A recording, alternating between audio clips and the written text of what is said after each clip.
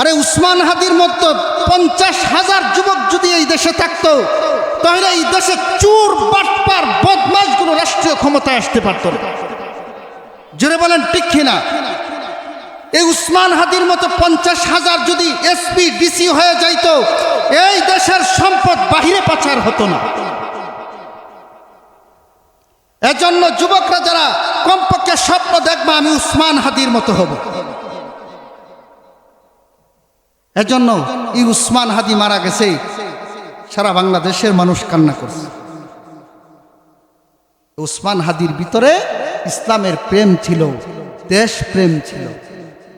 এই যুবক বয়সটা অত্যন্ত গুরুত্বপূর্ণ। আল্লাহ হাশরের ময়দানের দিন যুবক বয়সের হিসাব নেবেন, যে তোমার যৌবনে তুমি কি করেছো তার হিসাব দিয়া যাও, যে তোমার যৌবন কোন কাজে ব্যয় করেছো তার হিসাব দিয়া যাও। যে এই যৌবন বড় মূল্যবান জিনিস, এজন্য এই যৌবন কাজে লাগাবেন। আপনার যৌবনে যা করবেন আল্লাহ তা 100% কবুল করবেন। আল্লাহ যৌবনের অনেক মূল্যবান এই সম্পদ, এই যুবকদের এত মূল্যবান এত দামি জিনিস এই যুবকের যৌবন কি খুবই মূল্যবান। এই যুবকরা দেশের পাহারা দেয়। আল্লাহর নবী জিহাদের ময়দানে সবচেয়ে বেশি যুবকদেরকে অগ্রাধিকার দিতেন। আপনারা দেখেন নাই, এক উসমান হাদি মারা গেছে। উসমান হাদি বৃদ্ধ ছিল না যুবক ছিল? যুবক ছিল উসমান হাদি।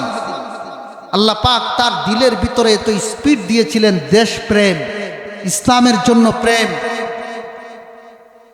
আল্লাহ পাক এত স্পিড দিয়েছেন, তার স্পিড আল্লাহ কবুল করেছেন। তার দিলের ভিতরে শহীদের তামান্না ছিল, আল্লাহ তাকে শহীদি মর্যাদা দান করেন। আমিন বলেন। আরে উসমান হাদির মতো 50,000 যুবক যদি এই দেশে থাকতো, তাহলে এই দেশে চোর বাটপার বদমাশগুলো রাষ্ট্রীয় ক্ষমতায় আসতে পারত না। জোরে বলেন ঠিক কিনা? এই উসমান হাদির মতো 50,000 যদি এসপি ডিসি হয়ে যাইত, এই দেশের সম্পদ বাহিরে পাচার হতো না।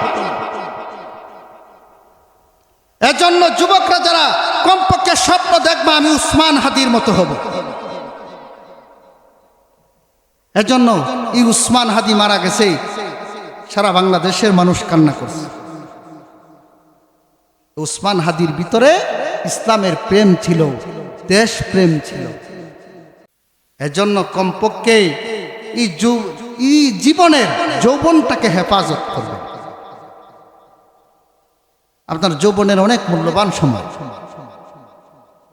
এক উসমান হাদি মারা গিয়ে সবাইকে কাঁদায় গেছে। তো আপনারা স্বপ্ন দেখেন না? আপনারা যারা আছেন, ভবিষ্যতে যারা বিয়ে করবেন, কমপক্ষে স্বপ্ন দেখবেন যে আমার ছেলেটা যেন উসমান হাদি হয়। কি হয়? কমপক্ষে যেন আমার ছেলেটা উসমান হাদির মতো দেশপ্রেম থাকে, ইসলামের প্রেম থাকে।